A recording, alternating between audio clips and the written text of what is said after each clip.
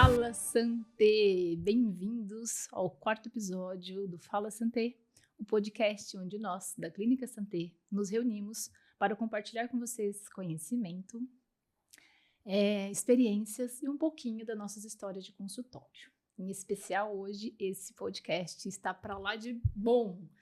E você que está aí nos assistindo agora, não saia, compartilhe com alguém, porque o tema de hoje é simetrias cranianas.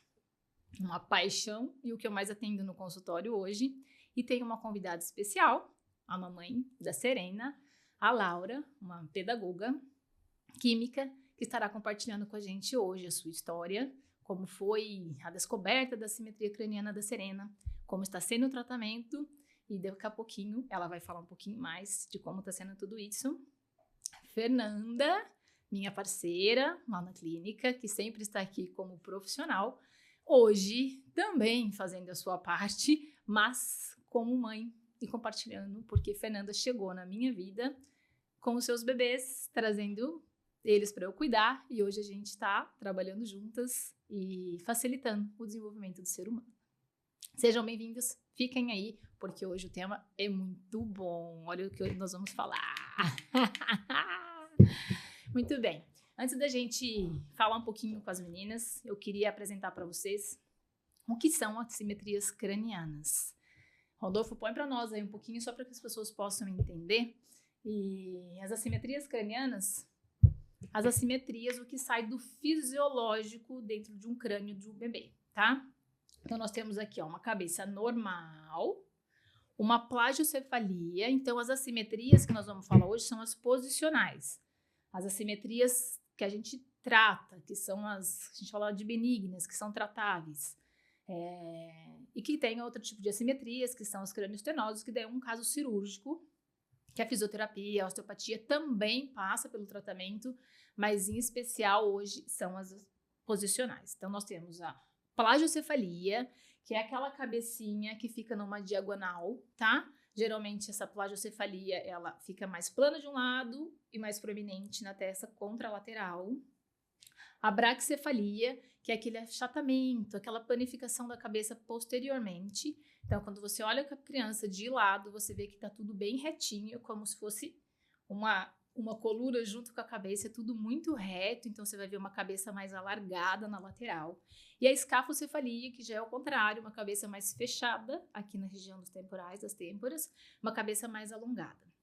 Quando a gente pensa nas plagiocefalias, nas assimetrias de crânio, a plagiocefalia, que é a diagonal, é a única que não é fisiológica em momento algum, porque as outras têm uma relação, às vezes, com a genética, né? Quando a gente pensa na raça japonesa, os orientais, muitos, né, já apresentam uma cabeça mais planificada posterior. Então, a gente precisaria estar fazendo medidas para realmente ver se isso é uma braquicefalia ou não. Mas dentro das assimetrias de crânio, a plágio, que é a diagonal, vou trazer a minha bebezinha aqui, só para vocês imaginarem. Então, a cabecinha vai estar planificada, tá? Numa lateral, numa diagonal. Então, ela fica aqui, muitas vezes ela vai estar assimétrica aqui. Ela pode ou não estar acompanhada de uma simetria de face, mas muitas vezes a orelhinha fica mais proeminente, às vezes um olhinho mais fechado. Então, assim, as assimetrias de crânio, em especial a plagiocefalia, ela muda um pouco mais e vai ter mais interferências e repercussões no corpo. E a maioria das plagiocefalias, elas vêm associadas ao torcicolo. Na realidade, o torcicolo que acaba ocasionando essa plagiocefalia, essa cabecinha planificada mais de um lado do que do outro, tá? Então, o tratamento é possível para todas, né? Elas estão associadas algumas vezes ao torcicolo, outras vezes não. A mais frequente é a plagiocefalia, e que vocês entendam de uma vez por todas que a simetria craniana, ela não melhora com o tempo. Os últimos estudos que a gente tem aqui sobre as plagiocefalias, principalmente, né, das assimetrias, que são as mais comuns, foram avaliadas crianças aos 6 meses de idade, não passaram por tratamento, e aos 5 anos de idade novamente, essas medidas eram as mesmas, essas crianças não melhoraram com o tempo, a gente simplesmente viu uma cabeça maior, porque ela vai crescer até os 2 anos de idade, e depois o cabelo cresce e realmente a gente já não vê mais. mas vai ter interferência no desenvolvimento de toda essa cabeça, principalmente do viscerocrânio, que é a parte da face. Agora eu apresento melhor para vocês, Fernanda, nutricionista da Santé, que hoje vai falar da sua história, e a Laura, que eu vou convidar ela primeiro a falar pra gente porque Laura está com a Serena lá embaixo e pode ser que a Serena hoje queira mamar aí no meio do podcast. Então, se a Laura precisar sair, é esse o problema. Mamãe vai ter que dar mamar. Vida real para nós aqui. Sim. Laura, nossa, que prazer, que honra ter você aqui com a gente hoje. Estou muito feliz, né? A Serena chegou na Clínica Santé de 5 para 6 meses, onde já se considerava o final do tratamento, final de tratamento, de janela de tratamento ideal para a assimetria craniana. Ela já estava sendo encaminhada para o uso de capacetes, e eu comprei essa briga, tipo, não vamos usar capacete, porque a Tia Lari trabalha para não uso de capacetes. Não tô falando não sou rígida, né, e não para tudo, mas eu acho que cada caso é um caso, tem que sempre ser observada a história do paciente, né, e como ele está evoluindo para que a gente possa indicar ou não, mas eu trabalho sinceramente para que a gente não precise usar o capacete, e a Serena é uma prova de que nós estamos evoluindo a cada dia. Laura, como que foi para você, assim, em que momento você foi observando que a cabeça da Serena estava ficando assimétrica? Muito obrigada pelo convite, é um prazer estar aqui. Hoje não estou como pedagoga, e sim como mãe da Serena. E eu espero muito que a nossa história, né, possa alertar, né, e orientar outras mães que estejam passando por isso também. A Serena, ela foi diagnosticada com um torcicolo já na maternidade, né? Então, a primeira equipe de pediatra que passou, pegou ela, virou de costas e falou: mãe, ela nasceu com torcicolo congênito. Ela vai ser encaminhada para um centro de habilitação infantil.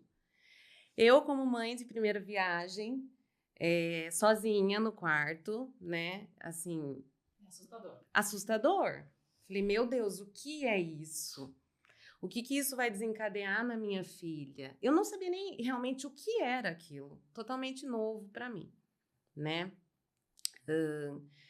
E por 20 dias ela passou sem nenhuma informação, né? Então, assim, com 20 dias ela passou pela pediatra, né? Que ela foi encaminhada. E nessa pediatra eu ouvi pela primeira vez também a palavra osteopata. Era uma pediatra do SUS, inclusive, porque o parto foi pelo SUS na época, né? E foi do ambulatório lá da Santa Casa de Rio Claro. E ela pegou a Serena e falou assim: mãe, você já coloca ela de tummy time? E eu falei: o que é isso? Como mãe de primeira viagem, bruços. Mas ela tem 20 dias, bruços. Perfeito. Né? Ela falou: olha, procura uma osteopata. Ela vai tratar disso, né? Então, assim, o caso da Serena, o que desencadeou foi a torcicolo. O que eu, como mãe, observava, ainda já no hospital, uma preferência de lado para mamar, por conta do pescocinho dela. Então, ela gostava de mamar no peito, que ela tinha facilidade para virar a cabecinha, né? Quando eu colocava ela no meu colo assim, ela gostava de ficar desse lado. Por quê? Porque ela conseguia virar o pescocinho com mais facilidade para cá. E nesse aqui ela já não gostava. Chorava muito, ficava irritada. Então, eram coisas que eu, como mãe, ia percebendo. No deitar, né, no dormir, quando ela ficava de barriguinha para cima, a preferência de lado da cabecinha dela sempre virado para um lado só. E aonde a gente foi percebendo que a cabecinha dela foi achatando, né? Foi ficando achatadinha. E nisso o tempo foi passando. Estamos falando de uma linha de tempo aí, né? Dos 20 dias, 1 mês, 2 meses, 3 meses. Quando ela chegou nos 5, que foi indicado o uso do capacetinho, né? Nós ficamos sabendo, nós que eu falo, eu, meu esposo, nossa família da Clínica Santé. E nós decidimos, então, fazer uma avaliação antes de prosseguir, né, com a órtese. E nós tomamos a decisão de acreditar no trabalho da Larissa, né? Abraçamos também essa causa E estamos evoluindo muito bem aí, né? Ao longo do tratamento, a Serena vem apresentando muita melhora, está desenvolvendo muito bem. Então, foi resumidamente dessa maneira que a gente chegou até a Larissa. Perfeito. A Serena tá com quantos meses? Hoje ela tá com 8, faz 9 semana que vem. Então já faz uns... Né? 3 não sei fazer essa conta. 3 meses. Que Me acompanha toda bem. semana Uhum. a gente tá lá na clínica, É né? importante, você falou algumas coisas bem legais, né? Que é, como eu falei no início, geralmente a plagiocefalia, né? Que é essa planificação de um lado da cabeça, ela é uma consequência dos torcicolos congênitos, né? Tem bebês que não nascem já inclinados. E esse diagnóstico de torcicolo, ele é um pouco mais demorado para ser feito. Porque enquanto o bebê é bem recém-nascido, ele praticamente não se movimenta muito. Ele não tem muitas reações, a gente cuida ainda mais com os estímulos externos, a gente protege, tá tudo muito novo, é aquele corpinho ainda todo, né, sem força muscular, sem controle muscular. Então, a gente acaba não observando. Quando não nasce já com aquele torcicolo característico, então, quando não é observado no início, isso vai ser observado um pouquinho mais para frente, e daí na hora que chega, já chega também já todo mais travado. Porque conforme vai aumentando a demanda de movimentos, de estímulos, e a criança vai respondendo, e as respostas são todas reflexas, isso vai tonificando ainda mais, vai apertando ainda mais, e daí vai ficando cada vez mais difícil da gente corrigir esse torcicolo. Porque bebê não é chegar, não tem como a gente... Muitas pessoas perguntam como que a osteopatia trata bebê, porque todo mundo conhece a osteopatia como estrala daqui, estrala de lá, e não se estrala bebê, não se manipula a parte estrutural do bebê de uma forma tão brusca, a gente tem que ser de uma forma muito sutil, um toque bem respeitoso, cada criança vem com uma resposta, a vida intrauterina, ela traz respostas e reações que a criança vai levar para a vida toda. Né? Ela tá ali interagindo o tempo inteiro com a mãe, sentindo, percebendo, e muitas vezes as respostas que a gente vê no bebê logo ao nascer têm relação sim com a vida intrauterina, né? Os torcicolos e as assimetrias têm muita relação com a vida intrauterina, com posicionamentos da vida intrauterina. Então, os bebês pélvicos que ficam sentadinhos, que muitas vezes bloqueiam o quadril ou fazem uma displasia de quadril, acabam ficando com a cabecinha numa posição inadequada. Tem os bebês que ficam cefálicos já desde o começo, ficam ali dentro da pelve da mãe apertando, então também geram assimetrias cranianas. Então são várias coisas que podem estar influenciando isso, e as emoções, os sentimentos, os pensamentos da mãe, que não deixam de ser uma entrada, um trauma, uma percepção que essa bebê tem as trombofilias, né, como que é essa placenta, tem várias coisas que podem influenciar e gerar mais tensão no corpo do bebê. Então, quando a gente pensa em bebê, quando a gente pensa em ser humano, a gente pensa que o corpo ele é todo revestido por um tecido interno, como se fosse um macacão, e qualquer tensão em qualquer região desse corpinho que tá lá puxando, então tem um bloqueiozinho lá no meu quadril, porque eu fiquei sentadinha no útero da minha mamãe. Então tudo isso aqui tem menos mobilidade, tá? Quando a gente fala em bloqueio, a gente pensa em menos movimento em um lugar, compensação em outro. A vida é assim, o corpo humano funciona assim. Vamos pensar num escritório, quem trabalha menos sempre vai sobrecarregar um outro colega. Então, quem trabalha mais é o que vai reclamar. No corpo humano, a mesma coisa. Qual a articulação, qual o músculo que está sendo sobrecarregado? Porque tem um lugar aqui que está trabalhando menos. E a cabeça do bebê é a parte mais mole.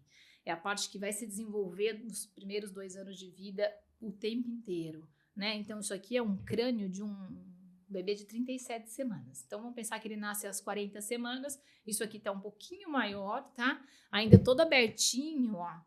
Tudo isso aqui que a gente vê, que são as fontanelas, as moleirinhas, é justamente para que esse crânio possa passar pelo canal vaginal, no caso, se for um parto normal.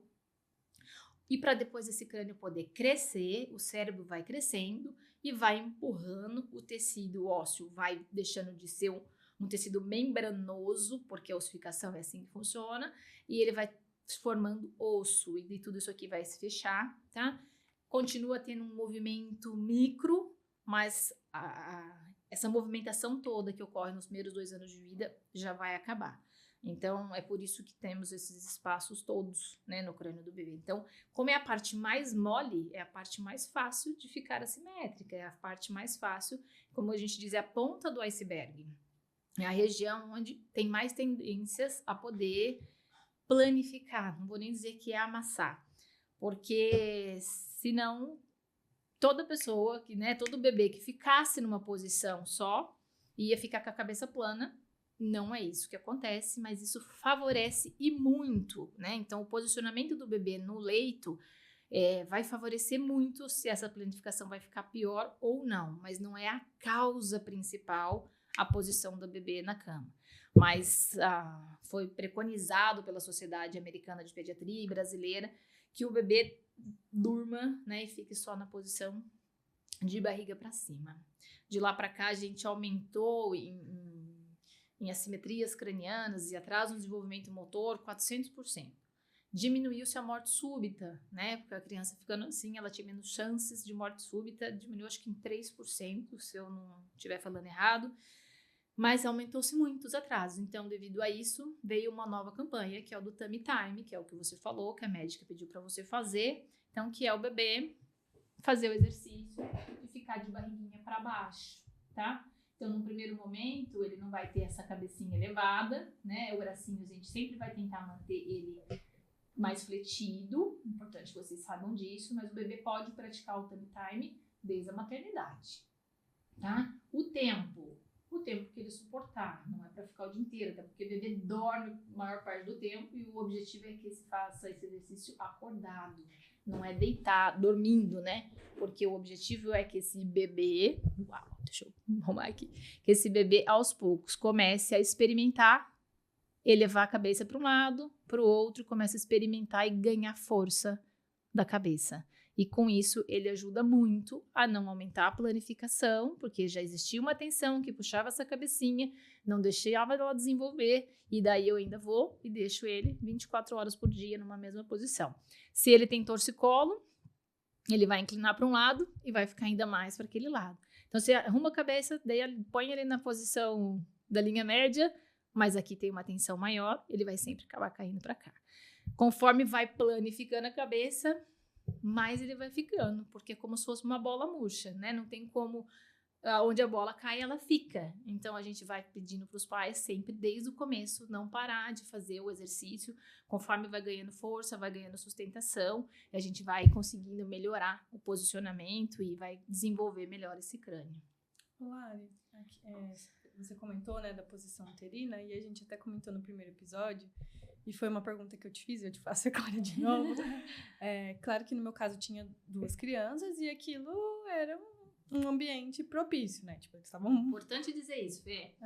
Os gemelares, os bebês múltiplos, eles têm um índice enorme de assimetrias cranianas, né? Por justamente ter menos espaço para se desenvolver, acaba gerando mais tensão, e é o caso da Fernanda. Ela veio com os gêmeos dela, pode falar. E eu acho que tinha uma questão minha também, tipo, no meu corpo, eu via que eu ficava torta, que os bebês estavam mais para um lado da barriga, acho que podia ser alguma coisa estrutural minha, mas lógico também da gestação gemelar. Mas eu te perguntei, eu falei, tem algo que eu poderia ter feito? E até, às vezes, eu fico me culpando. Ai, nasce uma mãe, nasce uma culpa. Mas também porque eu tive que fazer repouso no último mês e eu acho que o movimento ia me favorecer muito. E até estava vendo esses dias, uns profissionais falaram que o repouso não é mais recomendado em hipótese alguma, né? Mas ao mesmo tempo eu tinha muito medo de, e se eu me mexer, acontecer alguma coisa melhor? Eu prefiro ficar quieta. A gestação gemelar acaba sendo um pouco mais de risco, né? E as mães acabam tendo até dificuldade de mobilidade, porque dói, tem desconforto. Muito. Gerar um bebê não é assim tão, né? Não é uma doença, mas há um monte de mudança biomecânica, estrutural no corpo, do centro de gravidade. Então, praticar exercício não é qualquer um que dá conta, né? Muitas vezes a mulher está trabalhando a gestação inteira, então já tem aquela demanda de trabalho, já está cansada. E ainda assim, ela tem que praticar alguma coisa. Então, o recomendado é sempre que a gente não fique parado em qualquer momento. Tem, assim, as contraindicações absolutas de movimento, né?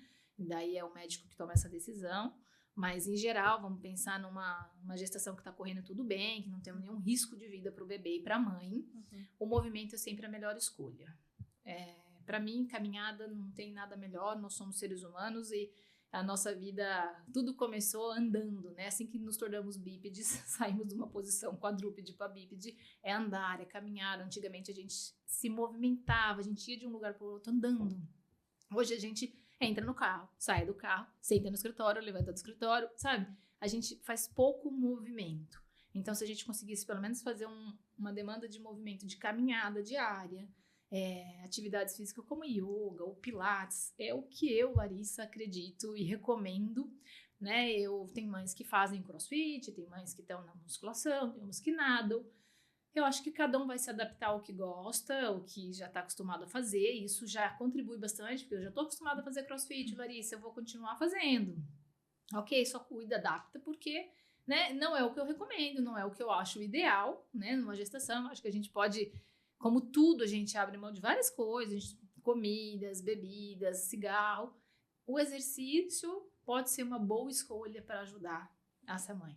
E a gente fala, né, inclusive eu faço um convite para vocês, nós temos um seminário Extraordinário Mundo do Bebê, onde a gente fala um pouquinho sobre isso, tem muito mais coisas que vêm, né, nesse seminário, mas uma das coisas é as emoções, né, e a gente não está numa bolha, nós não estamos livres do que está acontecendo no mundo. A mãe está ali, ela fica muito mais vulnerável, suscetível a sentimentos, emoções e pensamentos, os medos, né? A gente se descobre grávida, a gente tem medo, a gente quer proteger esse bebê a qualquer custo. E tudo isso, essas emoções, a gente também vão interferir nesse desenvolvimento, né? Não tem jeito. Eu queria, complementando, né, a fala da Fer, nasce uma mãe, nasce uma culpa, né? O meu caso, óbvio que era um só, a Serena estava em posição cefálica, né? Desde pelo menos as 34 semanas, que eu lembro que eu fiz ultrassom e o médico falou, olha, ela já está virada. E o meu caso foi o contrário, eu trabalhei até o último dia antes dela nascer, caminhava, subia escada, inclusive fazia caminhada para estimular a nascer de parto normal, porque o meu sonho era que fosse parto normal. É o sonho de toda mulher. E teve um momento que eu me senti culpada por querer tanto e conseguir o parto normal. Por quê? Porque lá ainda na maternidade, quando a pediatra veio explicar para mim que ela tinha torcicolo, inclusive eu perguntei isso para a Lari e reforço essa pergunta aqui agora. Ela falou, olha, provavelmente a sua bebê, a Serena nasceu com quase 3,9 kg. Ela nasceu um bebê grande. E eu tenho 1,60 m, eu sou pequenininha. Minha barriga era enorme, linda. Que delícia. E Saudades. Eu não vou ter mais. eu não sei. E assim, e foi uma evolução de parto linda, linda. E nasceu de parto normal. E ela falou, olha, provavelmente a sua filha ficou muito tempo numa posição só, encaixada. E por isso que ela nasceu assim. E aí veio a culpa. Nossa, eu quis tanto o parto normal, fiquei tão feliz quando eu soube que ela já estava virada, né? E aí ela nasceu com torcicolo congênito. Só que, na minha gestação, eu estava como vice-diretora de uma escola. E eu tive muitas emoções, muitas tensões, inclusive na reta final. No meu trabalho, né? Então, a Lari falou sobre isso, da vida intrauterina, que o bebê sente o que a mamãe está sentindo também.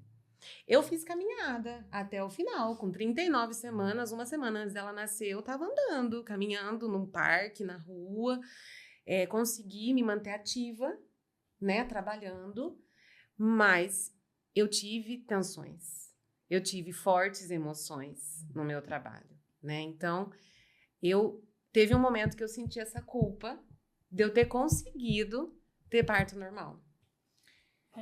Eu me culpo porque eu não consegui, porque o meu foi cesárea, o seu estava cefálico, os meus estavam pélvicos, e é algo que a gente não tem como prever. São coisas, né? E tá o tudo ser humano, bem. A resposta do ser humano, ela não é linear, né? Ai, Larissa, é essa a causa, né? É bem provável, né? Quais são as chances do bebê pélvico ter assimetria? São muito maiores. O bebê que ficou cefálico o tempo inteiro, porque a pelve é menor, até ela começar a dilatar, também as chances são maiores. todos vão ter? Não, né?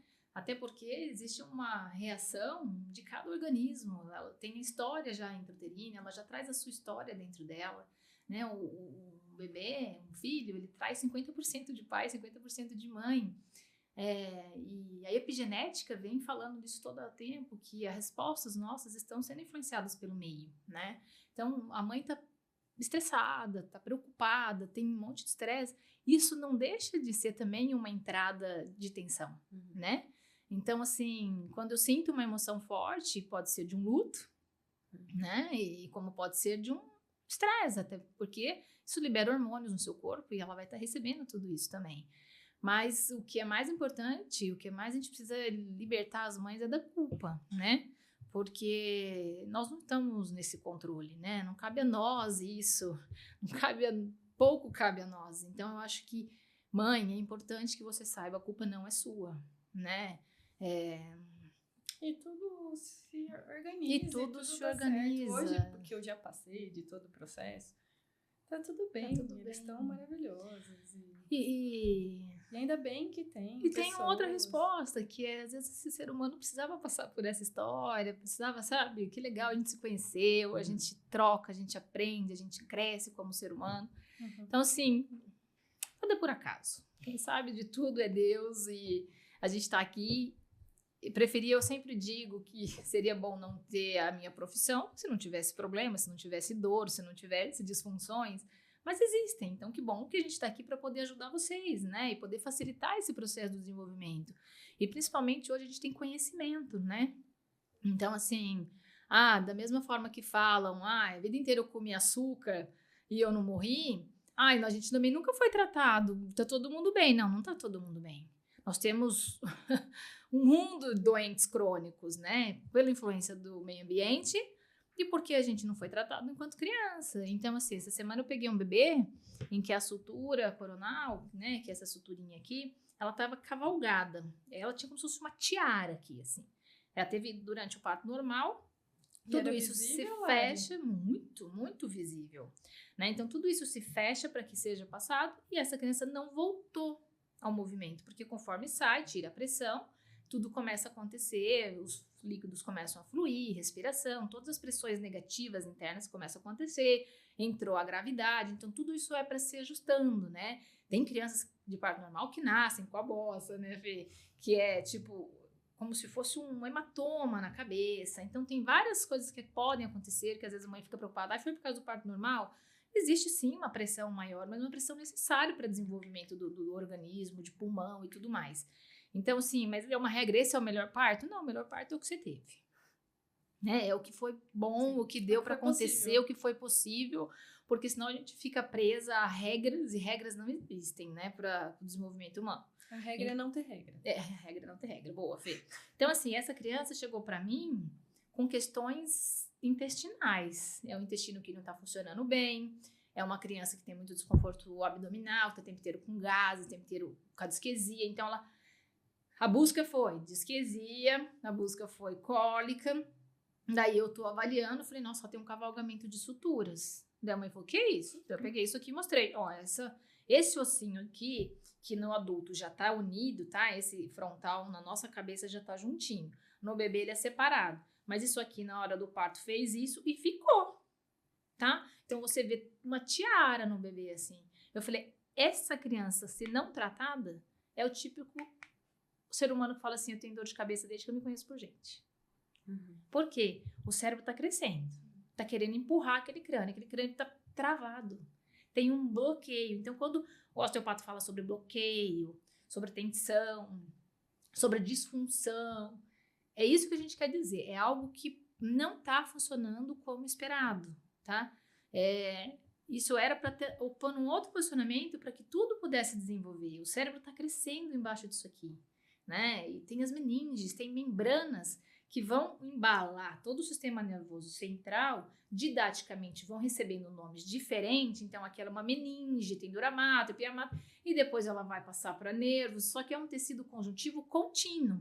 Então, quando a gente fala em corpo humano, é isso aqui. É tudo conectado. Não existe nada separado, tá? Então, tá aqui. Eu tô lá no meu crânio, eu tô lá no meu pezinho. Por quê? Eu tenho tecidos que conectam tudo isso, né? Então, o tempo inteiro, e a cabeça tá desenvolvendo, essa cabeça precisa crescer, tem um cérebro bombando ali dentro. Se tem um bloqueio aqui, que não deixou isso crescer do jeito que precisava, só que ele é conectado aqui, então assim, tá lá, tá crescendo, tá desenvolvendo, tem a perninha crescendo, tem tudo crescendo, só que tem uma tensão aqui que tá segurando, ó. Você entendeu? Porque tudo junto, não tem nada separado. Didaticamente, a gente estuda separado, mas não tem como a gente separar. Isso falando em tecidos. Quando a gente ainda pensa que existe emoções, sentimentos, pensamentos, tem nutrição, tem a parte espiritual, que está tudo dentro desse ser humano, ele não tem nada, né? Quando a gente está emocionalmente com problema, tudo, a gente sente no corpo, ai, tô mais tensa, ai. Então, tá o tempo inteiro interagindo, tá o tempo inteiro reagindo, então a gente não pode descartar nada disso, tá? Então, uma criança que não tratada numa assimetria craniana, são problemas de ATM hoje, né? São dores de cabeças crônicas, tem estrabismos, tem vários problemas dentários, uso de aparelhos inadequadamente, porque não tratou a causa. Essa criança vai continuar com o problema, mas a gente vai pôr o aparelho, vai impor uma força que vai abrir, a gente vai pôr o aparelho e tira o aparelho, vai ter que voltar a pôr o aparelho, alguma coisa aconteceu, né? Ou põe aqueles contensores que seguram. Não é para pôr aparelho? Não é isso. Mas é sempre tentar buscar a real causa. Por que essa criança está tendo isso? Eu estou atendendo um menino de 8 anos que está tendo otite de repetição. Ontem eu fui tratar ele, na hora que eu fui pôr tensão na orelhinha dele, onde a gente tem tendas aqui, sabe, do cérebro, do cerebelo, tem um monte de tensão. Então, eu posso afirmar que essa otite está vindo de uma tensão dessas membranas? Eu não posso afirmar isso. Mas quando eu trato e vejo melhor, eu falo, uau, eu facilitei, eu ajudei esse organismo, eu melhorei a função desse organismo. Então, se essa criança tiver menos sintomas, é esse o meu objetivo, né? Esse é o nosso objetivo enquanto profissionais da saúde, enquanto osteopatas, é isso. Fala pra mim a sua experiência, Fê, você chegou com 2 bebês pra mim e foi legal, a Fernanda veio e falou, ó, vim tratar o Pepe. Ele tinha uma simetria mais importante, eu olhei, toquei a Luísa e falei, tem bebê aqui precisando ser tratado também. Tinha 2 crianças precisando ser tratadas. Sim, sempre a desconfiança foi do Pedro, né? Quando ele chegou em casa, tinha algumas coisas que eu achava estranhas, que não tava legal. O pescoço um pouquinho viradinho, mas não era sutil. Era sutil. Mas aí aquilo me incomodava de alguma forma. Outra coisa que às vezes eu chamava, ele não olhava. Isso, até que a minha primeira desconfiança foi que talvez ele pudesse ser autista. Eu já falei isso pra Lari, porque ele é um bebê prematuro, menino. Eu sabia que ficou na UTI, que isso poderia ser fatores de risco. E aí eu comecei a pesquisar. Eu não sei, ler sobre o que poderia ser. Comentei com a pediatra, ela falou, não tem nada. Eu até cheguei e falei assim, eu acho que ele tem torcicolo congênito. Eu cheguei e falei. Aí ela, não tem. Avaliou, não. Aí eu, mas olha aqui no Tummy Time. Também o Tummy Time eu que descobri sozinha, foi tudo. E aí, ele precisava de uma avaliação de uma neuro, e por ser prematuro. E ela falou assim, bom, mas você tá com essa dúvida? Vai na neuro, dá uma investigada, você já precisa ir mesmo? Então tá bom. Aí eu cheguei e falei, ela, não, você tá certíssimo. Ele, além do torcicolo, ele tá com uma simetria craniana e me encaminhou para tratamento de fisioterapia.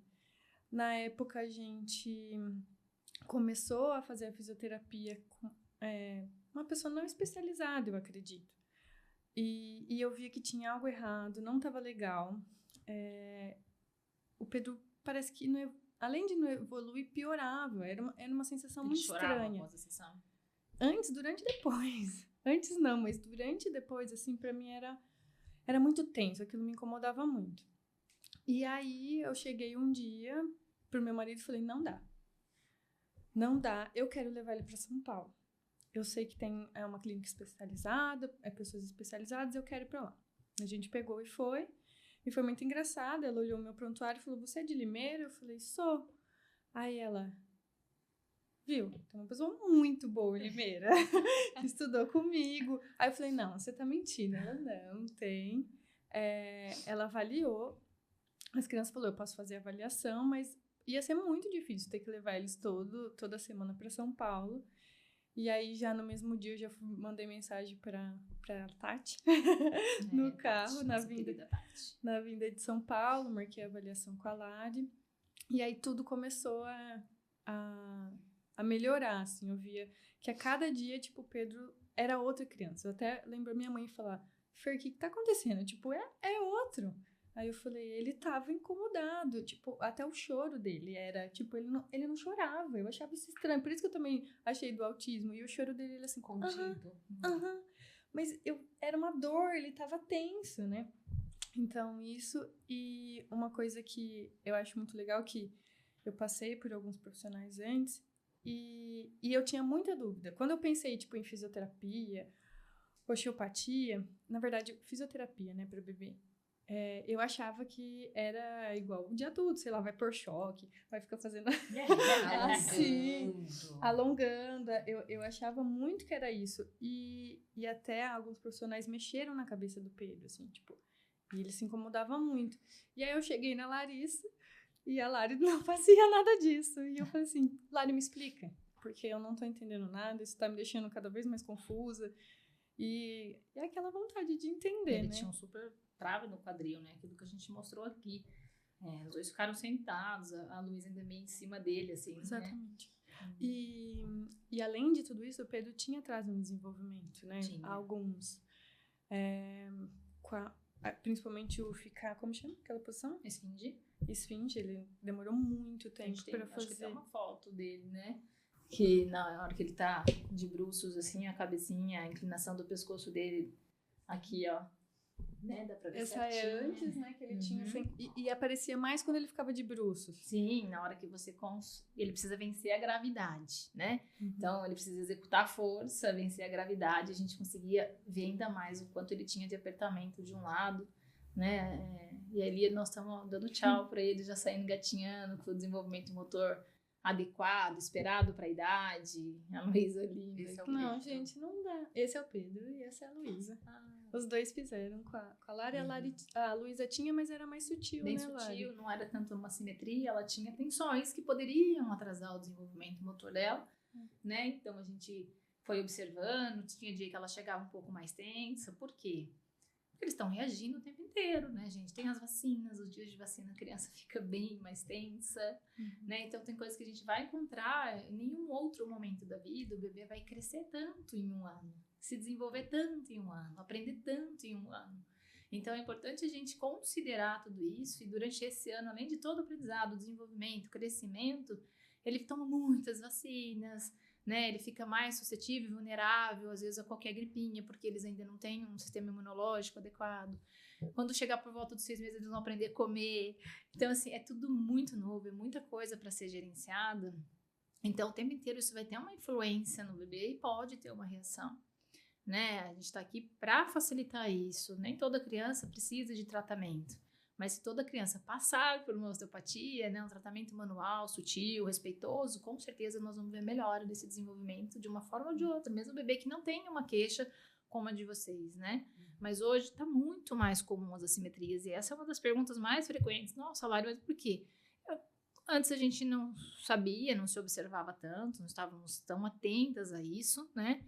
E o meio ambiente vem interferindo nisso, como eu falei, a dificuldade às vezes de locomoção, de movimento, o estresse da mãe, o nível de cortisol que a gente tem hoje, nosso ciclo circadiano todo alterado, ninguém mais dorme cedo, ninguém mais se alimenta bem.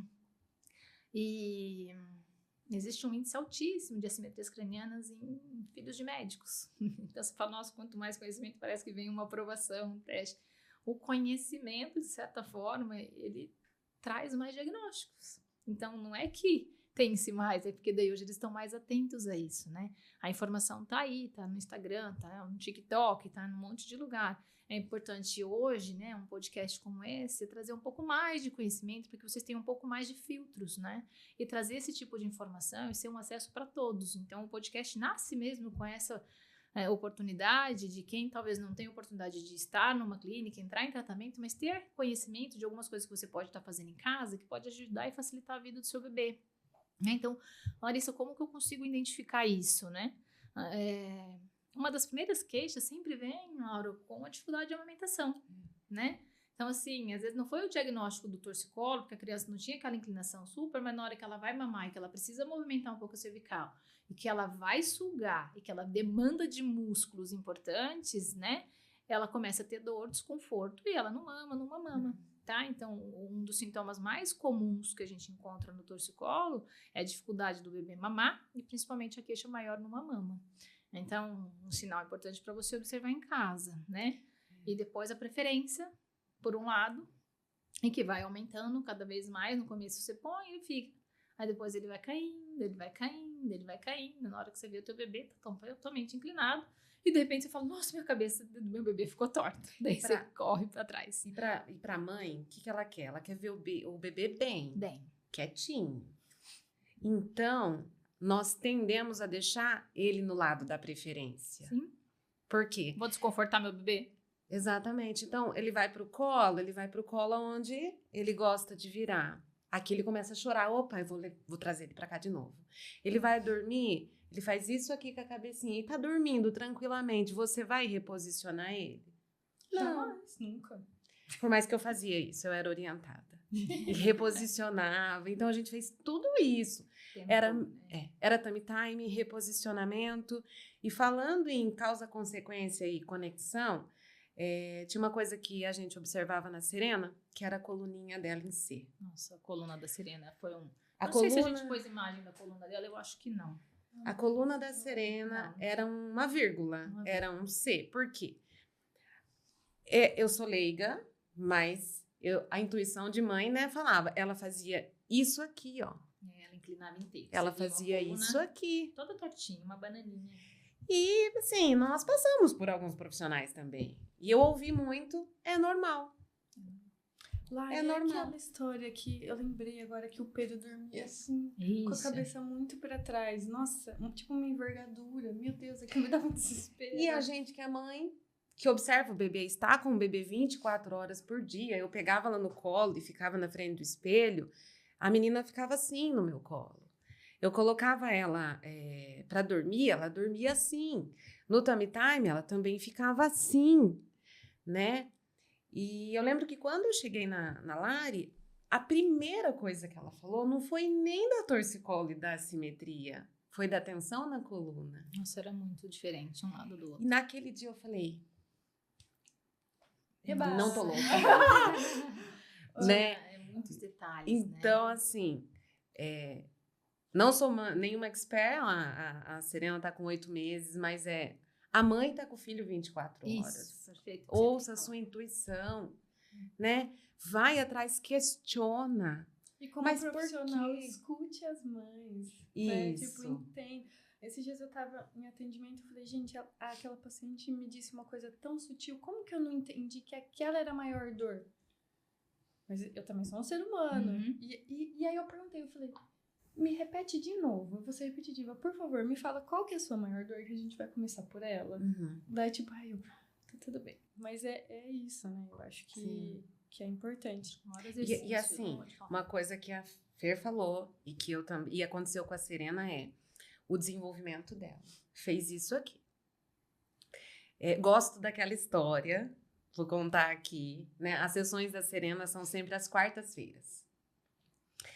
Ela tá com 8, com 7 meses, numa terça-feira à noite. Meu esposo olhou para ela se arrastando, ela não engatinhava ainda, ela se arrastava já, né? De um lado só. Puxando e ele o falou, bracinho.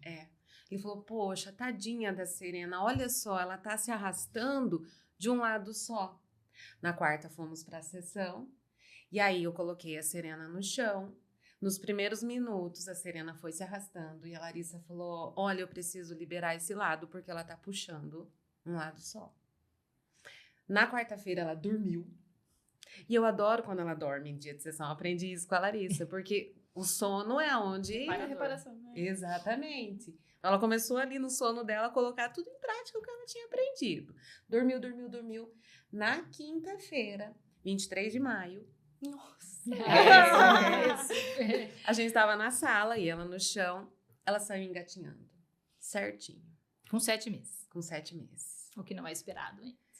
Né? Para um bebê que chegou com Torcicolo e assimetria. assimetria. Com de 5 por 6 indicação do meses, com indicação de capacete. É. Engatinhar aos 7 meses. Eu falei, nossa, a Serena sai da curva também. Ela me surpreende, porque ela foi muito rápida, assim. Ela tá desenvolvendo muito bem. A cabeça dela tá melhorando mais rápido do que eu imaginava. Por quê? Tem mais tensão conforme esses 5 meses passaram, né? Então, existiu mais compensação do corpo. Então, quanto maior a compensação... Então, tem profissionais que falam assim, não, eu resolvo o torcicolo e a assimetria em 4, 5 sessões. Eu ia fazer essa pergunta. Então, assim, nossa, então tem gente fazendo milagre, né? Então, o quanto você impõe para esse corpo algo e o quanto isso vai se manter ao longo do tratamento. O quanto na hora que essa criança começar a desenvolver, ela vai continuar assim. Porque a gente que vem acompanhando o bebê com um longo período, a gente observa que às vezes a gente ajusta uma coisa e fala, nossa, isso aqui ficou legal. De repente ela vai tomar uma vacina, ela vai ter um salto de desenvolvimento, onde ela teve novos aprendizados, essa atenção vai mostrar de novo. Foi no caso, na hora que ela começou a arrastar, a gente viu que ela estava arrastando assimétrico. Se ela fosse para o gato assimétrico, ela ia fazer de forma compensada, e daí na hora que ela vai ficar em pé, né, onde a gente vai ver as tensões. Eu tenho uma bebê que chegou para mim, acho que 7 meses, depois do uso de capacete. Então, ela usou o capacete, não sabia que não me conhecia, ela é de Limeira, e depois ela falou, eu já tiramos o capacete, e ela tá super bem. Tipo, a cabeça dela tá super legal. Mas eu achei melhor passar aqui para dar uma avaliada. Eu falei, legal, vou avaliar. Tinha um monte de bloqueio. Mas a mãe não trabalhava na cidade, foi difícil a gente manter uma terapia mais intensiva, que é o que eu gosto pelo menos uma vez na semana, e acompanhar esse bebê até ele ficar bípede. Eu não consegui isso, mas tudo bem. A mãe falou, eu acho que ela tá ótima, principalmente porque o modelo da cabeça tava legal, né? O molde, a forma tinha funcionado dentro do esperado dela, e que a gente também tem estudos que já comprovam que tem um monte de cabeça que volta após a retirada do capacete, porque enquanto eu tô com a forma, eu tenho uma forma. Quando eu tiro a forma, existe um monte de tensão e bloqueio lá embaixo, isso aqui vai ficando sutilmente torto de novo, assim como acontece com os aparelhos dentários, que muitas vezes na hora que eu tiro volta meu dente. Por quê? Porque essa não era a causa, né? A causa estava em outra região, só que daí a cabeça já tá crescida, o cabelo principalmente, daí a gente não vê mais, tá tudo bem. Daí só que essa mãe voltou agora com 2 anos de idade, onde essa criança tem uma perna curta falsa, tá? O que a gente fala, tem a perna curta verdadeira, que você tem no tamanho dos ossos uma diferença, e tem a perna curta falsa, que é por tensão membranosa, tensão muscular. Então, ela tinha toda dobrinha numa perna, então um bumbumzinho tinha dobra, uma coxinha tinha dobra, o descarga de peso maior naquela perninha, e a outra toda mais curtinha, sem dobrinha, sem nada. A Laura vai ter que dar uma saidinha aqui, Laura, fica à vontade. Vai lá, depois se der você voltar pra gente finalizar aqui. A Serena tá solicitando mamãe. Então, assim, talvez em algum outro momento vocês vão retornar, né, pra cuidar. Porque se eu não conseguir ver esse desenvolvimento completo desse bebê, em algum momento talvez eu tenha que retornar para tratar já uma compensação que o corpo fez. E toda vez que eu trato a compensação, eu fico mais difícil, né, pra gente conseguir o resultado tão esperado. Por isso que eu falo que eu comecei a atender bebês, justamente porque eu sempre atendi adultos. E quando você atende adultos, você vê dores crônicas e problemas crônicos, e daí você começa a buscar informação, saber a história desse paciente, e daí você vai descobrindo que o problema começou na infância, e depois você vai descobrir que esse problema começou no berço, depois hoje a gente descobre que esse problema talvez tenha começado no intrauterino, né? E então, quanto antes a gente iniciar o tratamento, sempre é melhor. A intervenção precoce, ela sempre é o que dá mais resultado, né? E é isso que a gente faz, é isso que a gente tenta todos os dias. Olá, e eu te perguntei, e você não acabou não respondendo, do seu tratamento, né? Que eu falei que achava que a fisioterapia era aquele repetição de movimentos, sei lá, ou alongamento. E aí eu cheguei lá no consultório e você fazia algo diferente. Conta pra gente como que é feito o tratamento nesses casos. Como o tratamento é mais no corpo do bebê do que diretamente na cabeça, né? Eu tento interferir menos nessa cabeça que está desenvolvendo, que é toda mole, ainda não está ossificada, né? Então, e como a gente sabe que o corpo é que está tenso, então nós temos a cintura pélvica, a cintura escapular, esses tecidos estão todos juntos, é como se fosse esse macacãozinho aqui mesmo, né? Então, qualquer tensão em uma região vai estar bloqueando outra. Hoje a gente trata muitas crianças e virou polêmico esse assunto por conta do freio lingual, né? Da anquilossia. Então, uma atenção na boca da criança, nessa musculatura que existe aqui embaixo, que é a musculatura da língua. Parte desses músculos vão estar inseridos na cintura escapular, que altera o desenvolvimento motor. Então, não adianta a gente ficar preso à cabecinha que está desenvolvendo e crescendo. Eu costumo trabalhar, não falo como verdade absoluta nada na minha vida, porque a gente aprende todos os dias, cada bebê é único e tem bebês que a gente precisa sim tocar essa cabeça, precisa sim trabalhar esse crânio.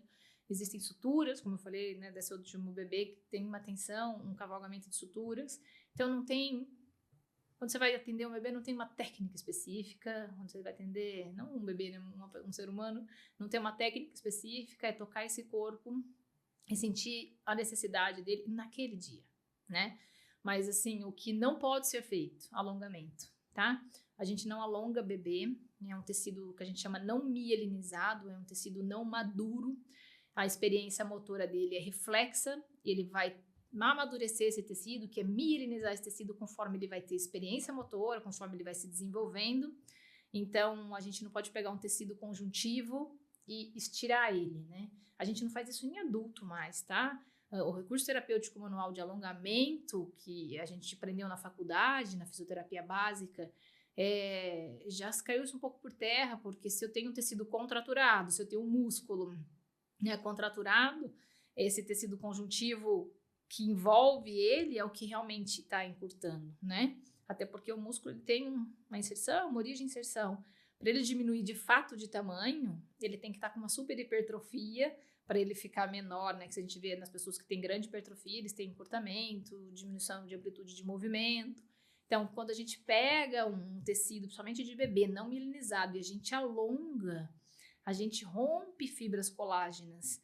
O organismo com o objetivo de cicatrizar aquilo, porque tive pequenos rompimentos de fibra, não estou falando que você vai rasgar totalmente, mas é como se a gente pegasse uma corda e esgarçasse um pouco aquele tecido, né? Então, quando a gente vê isso, o sistema com certeza vai mandar tecido de reparação. Esses tecidos de reparação, colágeno, elastina, eles vão fazer com que ocorra uma aderência.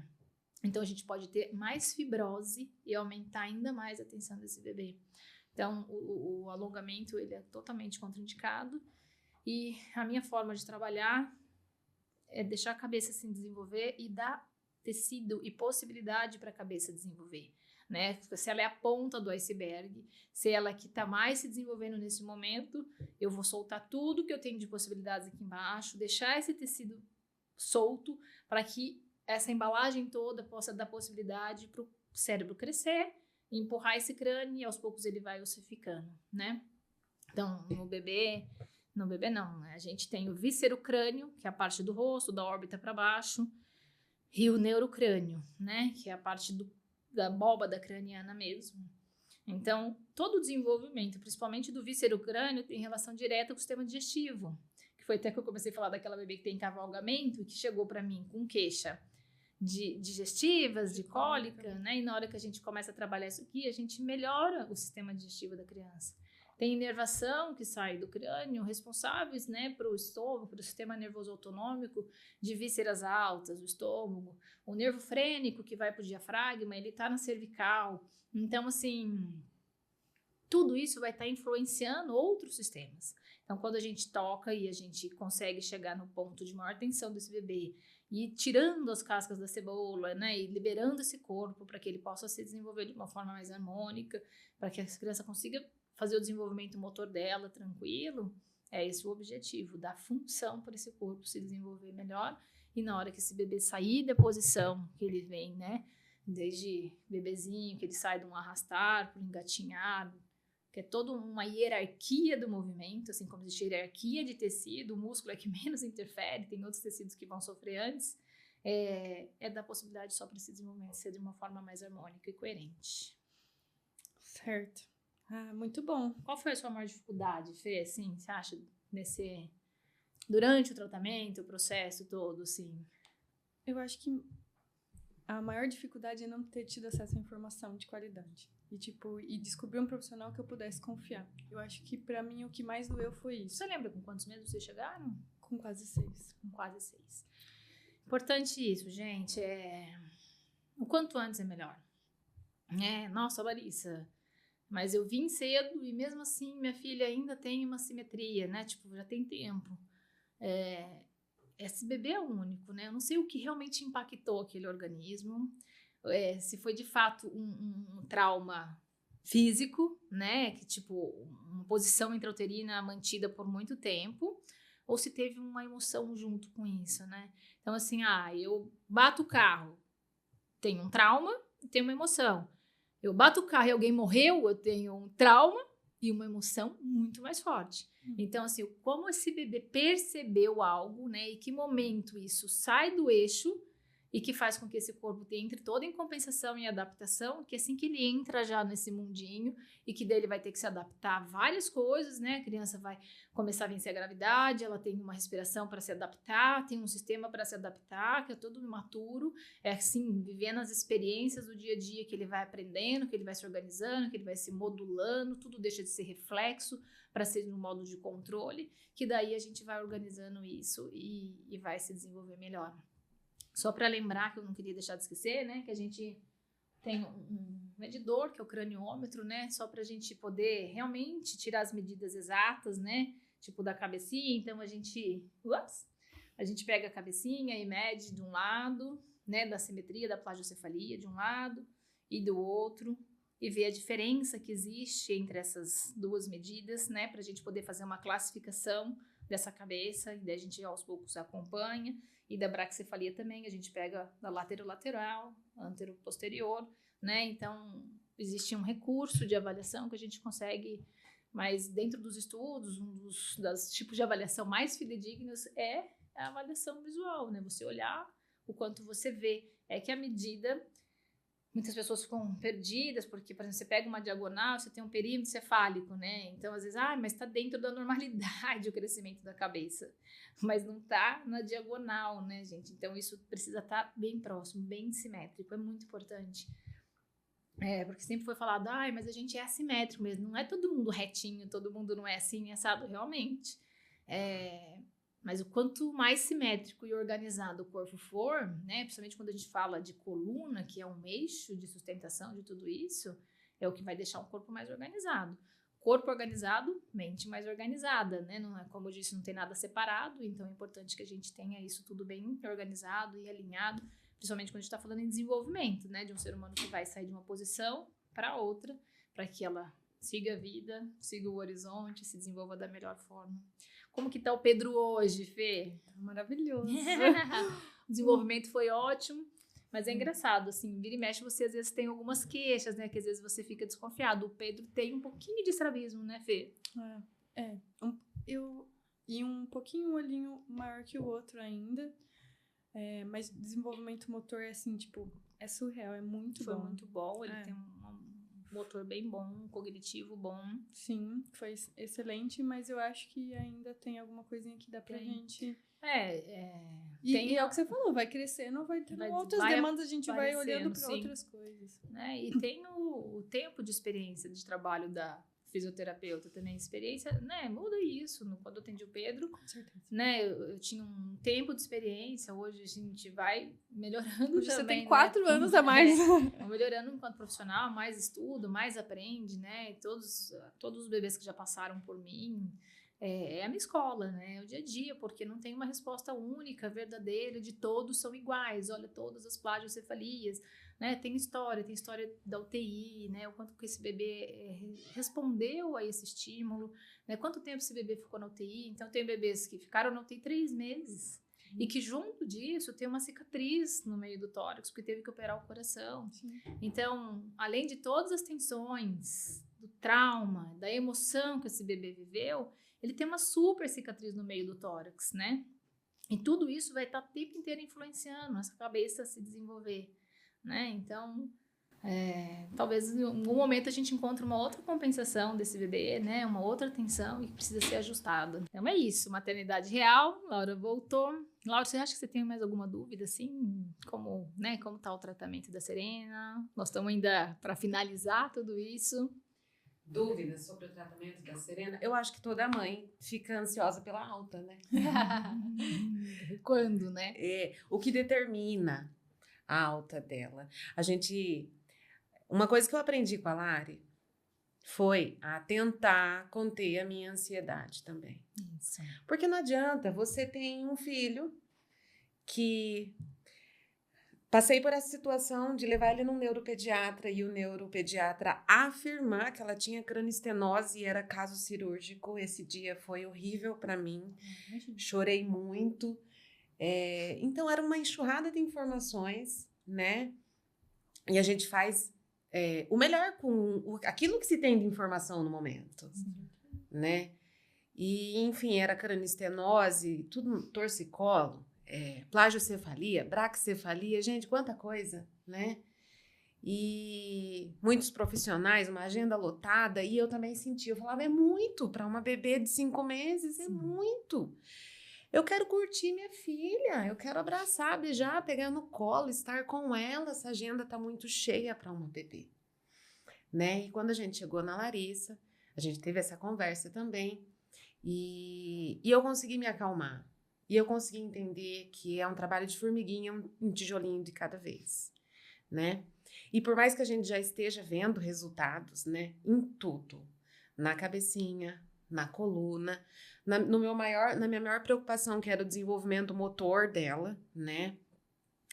Por mais que tenha esses avanços, eu fico um pouco ansiosa pela alta. O que determina, né? Qual é o momento da alta ou do espaçamento das sessões? É quando você menos espera. Comigo foi assim. Sim, existem, como eu falei, né? Falei um pouquinho do cronômetro, tem medidas, né? Que a gente considera uma simetria comum, né? Que a criança está desenvolvendo bem, o desenvolvimento motor dela está bem, ela está bípede, ela não fez compensações. A maioria das cabeças que eu já atendi hoje saíram redondas, né, 100%. Então, o que eu falo, ela tem um pouquinho de planificação ainda, vamos ver onde que falta soltar, e o desenvolvimento motor dela já tá para lá de bom, então a gente começa a espaçar, dá um tempo maior para se ver, e eu só acompanho isso para poder ver ela ficar em pé mesmo, sabe? Na hora que eu vejo ela em pé, a cabeça bem, o resto organizado, as diferenças da face, que é uma das coisas que a gente se preocupa muito. Já todas alinhadas, é a hora da alta da Serena, e quando os pais puderem, quiserem, desejarem vir para uma reavaliação em algum outro momento, só para a gente às vezes precisa de algum ajuste, né? Sabe que momento que eu entendi o que a Serena tinha? Quando você falou para mim, a Serena, ela tá como se tivesse com uma camisa com o botãozinho fora do lugar, toda desalinhadinha, né? Nossa. Aí esse foi o momento que eu entendi o que estava acontecendo com ela. Torce, né? O eixo torceu. Então, ela tinha uma coluna torta, a cabeça torta.